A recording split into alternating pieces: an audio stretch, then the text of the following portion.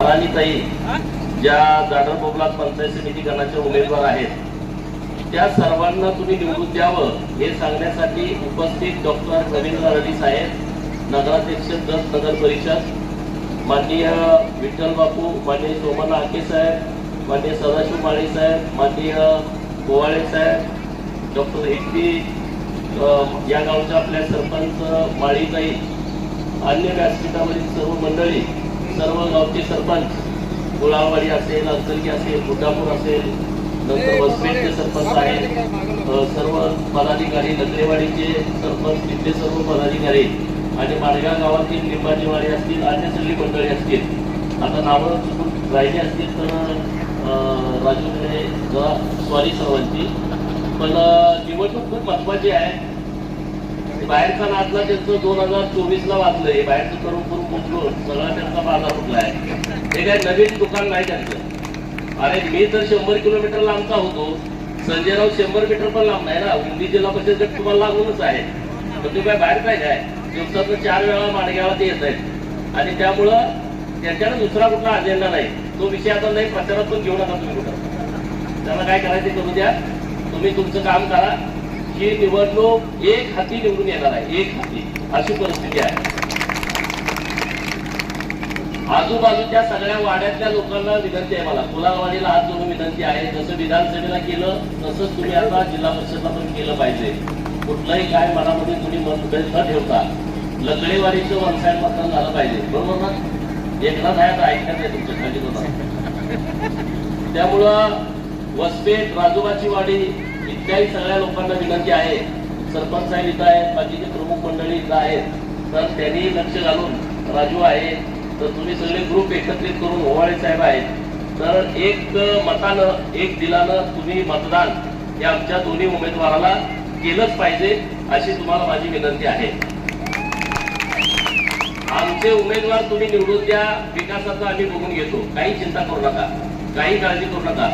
आपले सभापती चव्हाण साहेब पण आहेत, नवीनच ओळख झाली त्यांची, नाव राहिलं. तर माडगाळ हे मोठं गाव आहे.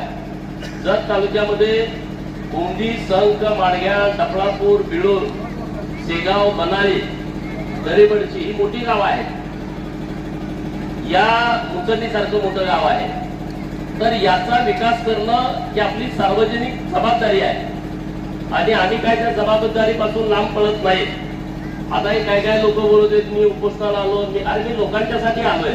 राजकारण करणाऱ्या लोकांच्यासाठी मी कुठं फिरत नाही. मला कोणी धमकी द्यायचे कारण नाही आणि माझी भूमिका असते ती उघडी असते. माझी मापं काढता मी राहिल्या सगळ्या भानगडी करत बसू, मला काही कळत नाही काय. मी जी भूमिका घेतो ती उघड घेतो. मी माडगाळ गावाच्या विकासाची भूमिका घेईन, कुठल्या पुढाऱ्याची भूमिका घ्यायला मला काही काम नाही. दुसरी काम आहेत मला भरपूर, एवढंच काम नाही मला. त्यामुळे माडगाळकरांना माझा शब्द आहे, तुम्हाला माडगाळ गाव डेव्हलप करण्याच्या दृष्टिकोनातून जे जे लागेल ते देण्याचा शब्द मी तुम्हाला सर्वांना देतोय. कुठंच कमी पडणार नाही. उमगेला MIDC दिल्या, होय सगळ्यांना सांगून दिले, ते काय चोरून लपून छपून दिलेलं नाही. संघ मध्ये आपण ट्रॉमा केअर सेंटर उभा करतोय, मोठं हॉस्पिटल उभा करतोय, उघड आहे. माडगाळ मध्ये सुद्धा अशा पद्धतीच्या राज्य सरकारच्या माध्यमातून योजना आणायचा आमचा प्रयत्न आहे आणि मी त्याचा पाठपुरावा करतोय. त्यामध्ये एक माडगाळ मेंढीचं संशोधन केंद्र हे माडगाळ मध्ये झालं पाहिजे, आपल्या सर्वांची भावना आहे. मी आंदोलनाला भेट द्यायला आलो तेव्हा मी शब्द दिलाय तुम्हाला की मावनकुळे साहेबांच्या सोबत आपली बैठक करायची आहे आणि मी तुम्हाला सगळ्यांना घेऊन आता 23 फेब्रुवारीला अर्थसंकल्पीय अधिवेशन सुरू होत आहे. मी तुम्हाला जाहीर शब्द दिलाय, मी तुम्हाला घेऊन मुंबईला जाणार, माननीय बावनकुळे साहेबांच्या समोर तुम्हाला बसवणार. तुमचा जो प्रस्ताव आहे, तुमची जी चर्चा करायची आहे, डायरेक्ट महसूल मंत्री महोदयांच्या सोबत करा, काहीच नाही अडचण. त्यामध्ये आत बाहेर काहीच नाही ना. मी सांगितलं संघ म्हणतोय तिथं करा, संजयरावच्या आता पुढे तर पेच पडला, उमदी पण म्हणतोय, आता ते इकडचे पण नेते आहेत. आता म्हणलं तर तुम्हाला मोठी अडचण झाली आहे. उमदीवाले म्हणतायत आणि तुम्ही म्हणताय, भांडणं लावणं माझा उद्योग नाही आहे. मला सगळ्यांना म्हणता असं ना झुंजवत ठेवायचं. भांडणं लावणं माझा उद्योग नाही. आपल्याला सगळ्यांना एकत्रितपणे पुढे जायचं आहे आणि परत एकत्रित बैठक आपण करू. संघची लोक, इथली लोक, उमदीची लोक सगळे एकत्रित करू ना. आपण एकाच तालुक्याची लोक आहोत, वादविवाद करण्याचं कारणच नाही. परंतु मी एका गावाला वेगळं बोलणार, मी माडगाव मध्ये आल्या मतासाठी वेगळं बोलणार, उमदीला गेल्यावर तिसरं बोलणार, हे माझ्याकडून होणार नाही. ज्यांना कुणाला काय गैरसमज करायचे करा, मी काही चुकीचं बोलणार नाही आणि चुकीचं काही करणार नाही. आणि कोणी मला ब्लॅकमेल करायच्या भानगडीत पडू नका. ब्लॅकमेल करणाऱ्यांचं तर मी कधीच ऐकत नाही. विषय सोडून द्या. लोकांच्यासाठी मी काम करेन. माडगावमध्ये आता जी परिस्थिती आहे ती परिस्थिती मी तुम्हाला बदलून देतो. हा मी तुम्हाला शब्द देतो. ही परिस्थिती पूर्णपणे बदलून देतो. आज एवढा मोठा शेळ्या मेंढ्याचा बाजार भरतो. मला वाटतं मी काल का परवाच आलो होतो तेव्हा बाजार कालच ना काल आलो होतो. काल मोठा बाजार भरला होता. आता मी मार्केट कमीत कमी बरखास्त करतोय. हे जे सगळे पैसे खायचे धंदे सुरू आहेत ना, पुढच्या 15 दिवसामध्ये मार्केट कमिटी तुम्हाला बरखास्त झालेली दिसेल आणि आमच्या विचाराची या तालुक्याचा विकास करण्याची भूमिका असणारी तरुण मुलं आम्ही त्या मार्केट कमिटीवरती डायरेक्टर म्हणून सरकारच्या माध्यमातून आम्ही नेमू आणि अख्ख्या तालुक्यातली मार्केट बाजार समिती आम्ही चांगल्या पद्धतीने डेव्हलप करू. मार्केट कमिटी जेव्हा जतची होईल तेव्हा पहिला आमचा प्रयोग आहे, जत मध्ये घोड्यांचा मोठा बाजार आम्हाला भरवायचा आहे. महाराष्ट्रातले आणि देशातले घोडे व्यापारी हे जत आले पाहिजे आणि मी तुम्हाला जाहीरपणे शब्द देतोय ते काम आम्ही या वर्षी करणार. घोडे बाजार भरवणार. बेदाण्याचं मार्केट आम्हाला जतला चालू करायचं आहे. कडधान्याचं मार्केट आहे त्याचं डेव्हलपमेंट करायचं आहे. तिथं जे 500 रुपये 1000 रुपये ज्या भानगडी सुरू आहेत त्या सगळ्या बंद करायच्या आहेत आम्हाला. हे काय खाबुगिरीचं ठिकाण नाही. मार्केट कमिटीमध्ये शेतकऱ्यांचं हक्काचं ठिकाण आहे आणि ते कुणाचं दलालीचं केंद्र भ्रष्टाचाराचं केंद्र होताना आम्ही अजिबात बघणार नाही. आणि त्यामुळं आमच्या डोक्यामध्ये काही विषय आहेत तालुक्यासाठी डेव्हलपमेंटच्या हिशोबात आमचे विषय आहेत आणि ते विषय घेऊन आम्ही पुढे जाणार आहे. आणि ह्या नुसत्या गाजराच्या पुंग्या वाजवायला लागले तिकडे हे करतो ते करतो अमुक करतो तमुक करतो काही सुद्धा ऐकू नका. तुम्हाला प्रत्येक गावाला जर विकास पाहिजे असेल तुम्ही सगळे भारतीय जनता पार्टीच्या सोबत आहात. आता पण मोठ्या ताकदीनं तुम्ही सोबत राहा, मोठ्या ताकदीनं. आणि संजय रावच्या सौभाग्यवती तर निवडून येणारच आहे. आता उडगीतून मला फोन येतात, माझा आता सगळ्यांनी संपर्क आहे चांगला.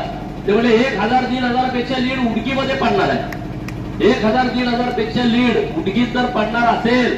माडगाव गावामध्ये मी आता चर्चा केली म्हणजे कोणी काय जरी केलं माडगाव गाव मोठ्या फरकानं हे भाजपच्या बाजूने जाणार आहे. गुलावाडीची परिस्थिती तुम्हाला माहित आहे, लकडेवाडीची परिस्थिती माहित आहे, वसपेटची परिस्थिती माहित आहे, राजोबावाडीच्या हाके मॅडम भीत आहे त्या अजिबात नाराज नाही माहित ना मॅडम उभा राहा. आणि त्यांना सन्मान करायची जबाबदारी आमची आहे. राजोबावाडीच्या लोकांना आणि वसपेटच्या लोकांना सांगतो आणि सरांचे विद्यार्थी असतील त्यांना सांगतो काही चिंता करू नका. ते आमच्या भगिनी आहेत, त्यांचा सन्मान करण्याची जबाबदारी डॉक्टर आरडी साहेबांची माझी आहे. काही चिंता करू नका. त्यांना सुद्धा आम्ही योग्य स्थान देऊ, योग्य चांगलं पद देऊ. त्यामुळे आता बाकीचा लकडेवाडीचा विषय राहिला. लकडेवाडी तर आता सगळे लोक एकत्र झालेले आहेत, बरोबर ना? सगळे एकत्र झाले. एकनाथरावची त्यांची मिटिंग केलेली आहे. आता एकनाथराव पहिले काँग्रेसमध्ये होते, जरा त्यांचं हे होतं तर ते पण मिटलंय, ते पण म्हणताय. आता राहिलं दादर बाबूला आणि सोन्या. तर आता अडाणी ग्रुप आपल्या विरोधात होता लोक विधानसभेला. आता अडाणी ग्रुप आपल्या सोबत आलाय, त्यांचं पण चांगलं तिथं मतदान आहे. आणि लोक आता भ्यायची कमी झाले, ते दादागिरी अमुक तमुक फलानं. हा पण आपला पण गरीब स्ट्रॉंग आहे ना, त्यामुळे तिथं तसं वातावरण नाही. त्यामुळे दादर बोबलांमध्ये जरी आम्ही मागे राहिलो तेवढ्या मताने आम्ही मागे राहत नाही. सोन्यामधली परिस्थिती पूर्णपणे बदलली. शिदूर पुजारी आहे ना बरोबर, तुम्ही काय टेन्शन मध्ये नाही ना. सोन्यामधले पण काँग्रेसवाल्यांनी प्रवेश केलाय. त्यामुळं सगळीकडचं वातावरण पूर्णपणे बदललेलं आहे. काही चिंता करण्याची आवश्यकता नाही. गुड्डापूर आणि अंकलगी तर डॉक्टरांची जन्मभूमी आहे आणि गुड्डापूरच्या दानम्मा देवीचा आशीर्वाद तर आम्हालाच आहे ना. आम्ही तिथं सगळे 5 कोटी रुपयाचं काम केलेलं आहे. आणि त्यामुळं सर्व गावामध्ये जे चुकीच्या पद्धतीचं राजकारण चालू आहे ते राजकारणाला आता बाजूला ठेवून लोक सगळे आमच्या सोबत राहणार आहेत आणि तुम्ही सगळ्यांनी राहावं. गावातल्या आता जो दोडनाला तलावाकडे जो जाणारा ओढा आहे त्या ओढ्या पात्रामध्ये चेंबर बसवण्याची मागणी आपली आहे. तर मी आजच अधिकारी महोदयांना सूचना देतो, त्याचं टेंडर जरी नाही झालं तर त्यांना उधारीत काम करायला लावतो आणि परत सरकारला म्हणतो त्यांचे पैसे द्या. म्हणजे आपल्याला उधारी खातं पण चालतंय, तुम्ही टेन्शन घेऊ नका. किराणा मालाच्या दुकानातच उधारी खाता आहे असं नाही. मी काल उधारी खात्यातच गाळेवाडीचा चेंबर बसवायला लावलाय. म्हणजे त्याचं कुठलं टेंडर नाही काय नाही. मी विनंती केली आता बसवा नाही परत आम्हाला द्या. म्हणजे काही चिंता करू, मटेरियल येऊन पण पडलं बघा. तर काही चिंता करू नका, आम्ही कामाची माणसं आहे हो. आणि आमचा हेतू अगदी स्पष्ट आहे, जत तालुक्याचा सर्वांगीण विकास करणं, जत तालुक्यातल्या माणसाची मान उंचावणं त्याच्या स्वाभिमानाचं जतन करणं, त्याचा सन्मान वाढवणं, याच्या पलीकडे आमचा दुसरा कुठला अजेंडा नाही. आम्हाला दुसरं काहीच घेणं देणं नाही. आता आमच्या विरोधात एवढे विरोधात प्रचार, आणि कधीच त्यांच्या विरोधात काही केलं नाही. वर्ष होऊन गेलो मी आमदार होऊन. मला एक उदाहरण दाखवा, माझ्यावरती एवढ्या खालच्या पातळीत बोलले, अमुक झालं तमुक झालं. कुणाला वैयक्तिक त्रास देण्याची आमची भूमिका नाही. परंतु कोण दादागिरी कराल तर उगाच अडचणीत याल. तुम्ही दादागिरीच्या भानगडीत पडू नका, आम्हाला पण त्या वळणाला जाऊ देऊ नका. एवढंच तुम्हाला माझं सांगणं आहे. माळग्या गावातल्या सगळ्या लोकांना माझी हात जोडून विनंती आहे, हात जोडून विनंती आहे की तुम्ही अत्यंत विचारपूर्वक मतदान करा. गावाचा विकास करण्याच्या दृष्टिकोनातून तुम्ही आम्हाला मतदान करा. 1 वर्षामध्ये जी मी कामं गावात केलेत त्या आमदारांना 5-5 वर्षाचा हिशोब मागा. माझ्या समोर आणून बसवा, मला पण बसवा, अशी लोक गोळा करा. ज्यांना ज्यांना वाटतंय ना आम्ही काय काम केलंय, आम्ही समोर बोलायला तयार आहे. माघारी काहीच नाही, समोर आम्ही मांडतो. आता देवभूमी जत आम्ही करून घेतोय. आता जत ना या अधिवेशनामध्ये अधिकृतपणे रेकॉर्डवरती देवभूमी जत अशी घोषणा सरकारला करायला लावतो. मी त्याचा पाठपुरावा करतो. 36 मंदिर आहेत, त्यामध्ये सोन्याचं मंदिर आहे. या गटातलं तीर्थक्षेत्र बचा दर्जा दिलाय. 5 कोटी रुपये आता त्यांना देतोय. सोन्याच्या विठ्ठल बिरदेव, विजय बिरदेव मंदिराला. इकडं आमचं कुलाळवाडीमध्ये खंडोबाचं मादारबा देवाचं मंदिर आहे, त्या मंदिराला 5 कोटी रुपयाचा निधी देणार आहे. कुठल्या आमदारांनी निधी दिला मला सांगा. त्या मंदिर आता झालेत, मंदिर याच्या अगोदर नव्हते, आमदार नव्हते, सरकार नव्हतं, ग्रामविकास खातं नव्हतं. अडचण काय होती? एका मंदिराला त्यांनी निधी दिलेला दाखवा. बनाळीच्या बनशंकरी मंदिराला 5 कोटी रुपयाचा निधी दिलाय. दानम्मा देवीचं जन्मगाव उमराणी, त्या उमराणीच्या देवाला तीर्थक्षेत्र बचा दर्जा दिलाय. आता मी 5 कोटी रुपये तिथं देतोय. बिळूच्या काळ भैरवाला 5 कोटी रुपयाचा निधी दिलाय. आता मुचंडीचे दोन्ही मंदिरं, दर्याबा देव आणि रामेश्वर देव, दोन्ही देवाला 5-5 कोटी रुपये मंजूर केले. तीर्थक्षेत्र बचा दर्जा दिलाय. खलाटीच्या लक्ष्मी देवाचं मंदिर तीर्थक्षेत्र ब मध्ये घातलंय, तिथं 5 कोटी रुपयाचा निधी देतोय. तिकडं ब्रह्मनाथाचं मंदिर डोरलीचं, त्याला तीर्थक्षेत्र बचा दर्जा दिलाय. भिवर्गीच्या बेवळण शेताचं मंदिर, त्याला 5 कोटी रुपयाचा निधी देतोय. एका वर्षामध्ये 9 मंदिरांना मी 5-5-5-5 असे 45 कोटी रुपये देतोय. 50 वर्षात कुणी दिलेत नाही. हिशोब सांगा मला. 50 वर्षामध्ये. आणि राहिलेल्या सगळ्या मंदिरांना, अंबामातेचं मंदिर आहे असं यांचं माणिक साहेबांचं म्हणणं आहे, त्याला मी जिल्हा नियोजन मधून पैसे देतो. हे जे मंदिरं घेतलेत, लक्षात घ्या, जिथं 1 लाखापेक्षा जास्त 10 लाखापर्यंत लोक येतात अशीच मंदिरं घेतलेत. जनता तीर्थक्षेत्र ब मध्ये समावेश होतो. अशी 36 मंदिरं आपल्या तालुक्यात आहेत. आणि याचा अभिमान आपल्याला असला पाहिजे. देशात कुठं असा तालुका नाही, एका तालुक्यामध्ये 36 मंदिर आहेत आणि तिथं लाखो लोक 4-4 राज्यातले येतात. हे फक्त जत मध्ये आहे. ही शक्ती, ही ताकद जत मध्ये आहे. आणि ही शक्ती, ही ताकदच आमच्या पाठीमागं आहे. आम्हाला आशीर्वाद देईल तुमच्या माध्यमातून, तुमच्या रूपानं. आणि संजय तेलींच्या सौभाग्यवती या 2-3 हजार मताच्या फरकानं निवडून येणार आहेत. ही आजची परिस्थिती आहे. काही त्यांना काय करायचं करू द्या. हो पण काय तुम्ही करा, अजून आठवडाभर तुमच्याकडे वेळ आहे. आमच्या इथं एकनाथरावच्या मातोश्री उभ्या आहेत, तिकडे अराणी साहेबांच्या सौभाग्यवती उभ्या आहेत. आमचे उमेदवार एकदम निष्कलंक आहेत, लोकांची कामं करणारे आहेत, लोकांना दाब देणारे, लोकांना त्रास देणारे आमचे उमेदवार नाही आहेत. आणि त्यामुळं अत्यंत अधिकारवाणीनं मी तुम्हाला सांगतोय, विनंती करतोय तुमच्याकडं की भारतीय जनता पार्टी शिवाय आपल्या तालुक्याचा विकास होणे नाही. आपल्या तालुक्याचा सर्वांगीण विकास करायचा असेल तर तुम्ही ताकदीनं आम्हाला आशीर्वाद द्या. पुढच्या 5 वर्षामध्ये आम्ही राहिलेली सगळी कामं आम्ही तुम्हाला करून दाखवू, हा शब्द मी तुम्हाला देतोय. मागं तुम्हाला पाणी जोडणारा तळा भाग आम्ही भरून दिला. मागच्या 2-3 महिन्यामध्ये उमदीपर्यंत आम्ही पाणी सोडलं. उमदीचे सगळे शेतकरी द्राक्ष बागायदार खुश झाले. सोलंकीपर्यंत आता तिकडची लाईन आम्ही डिसेंबर पर्यंत काम पूर्ण करतोय. संघच्या तलावामध्ये डिसेंबर 2026 ला आम्ही पाणी सोडतोय. संघच्या तलावामध्ये, संघच्या तलावात पाणी जाणं याचा अर्थ डाव्या कालव्यानं ते पाणी सोनलगी सुसलात पर्यंत जाणं, म्हणजे इकडचा सगळाच प्रश्न मिटून जातोय.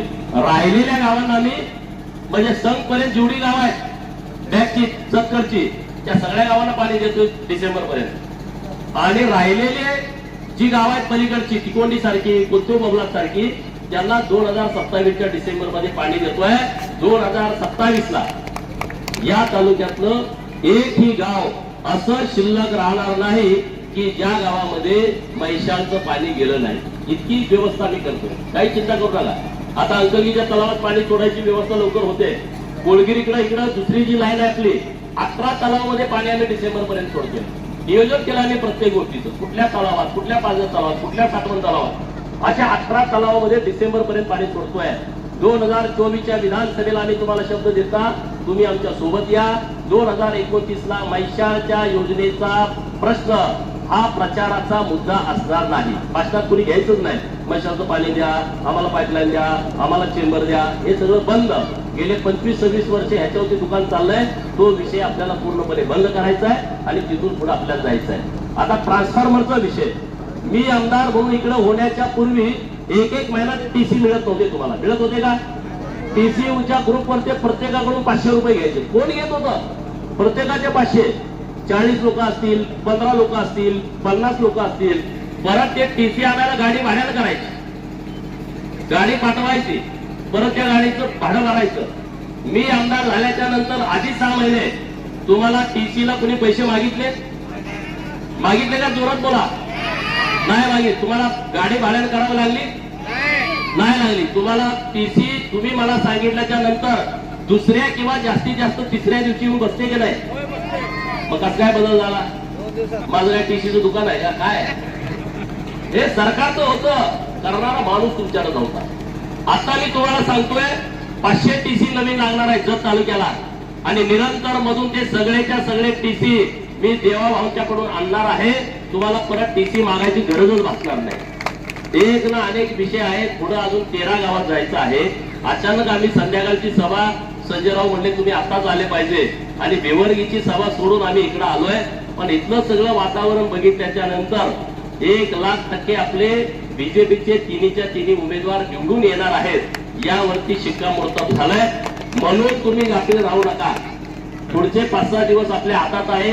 वेळ द्या, लोकांच्या मध्ये जावा, लोकांना आपली भूमिका समजावून सांगा आणि आपल्या सगळ्या उमेदवारांना मतदान करण्यासाठी लोकांना विनंती करा. एवढंच या निमित्तानं बोलतो आणि थांबतो. जय हिंद.